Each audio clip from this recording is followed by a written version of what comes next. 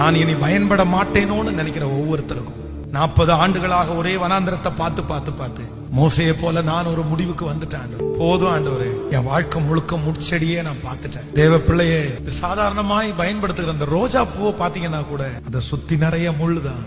ஆனாலும் அது தன்னுடைய செடியிலே வளர வைக்கிற பூ நிறைய பேருக்கு பிரயோஜனமா, நிறைய பேருடைய இருதயம் உடைந்து ஆராய் ஊற்றப்படுவது போல நான் உணர்றேன். நான் ரொம்ப லேட் பாஸ்டர், ரொம்ப காலத்தான். என் கூட இந்த ஊர்ல வந்தவங்க எல்லாம் எப்படி இருக்காங்க பாருங்க பாஸ்டர். அவன் எல்லாம் எனக்கு கேவலமா திரும்பி பாக்குறான் பாஸ்டர். அவன் வேகமா குதிரை மாதிரி முன்னாடி ஓடிட்டு இருக்கும் போது நான் ஆமை மாதிரி பின்னாடி நடந்து நடந்து வர்றேன். அதுலயும் 10 அடி ஏறினா 10 அடி சரிக்கிறேன். எனக்கு நம்பிக்கையே விட்டு போயிடுச்சு பாஸ்டர். இனியே நான் என்ன செய்ய போறேன், என்ன பண்ண போறேன்? ஏதோ ஒரு நடைபணமாய் நான் வாழ்ந்து கொண்டு இருக்கிறேன். சரி, நல்லபடியா போய் சேர்ந்தா போதும் பாஸ்டர்.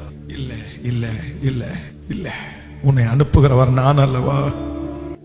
40 வயதிற்கு முன்பாக இருந்த அதே பலன்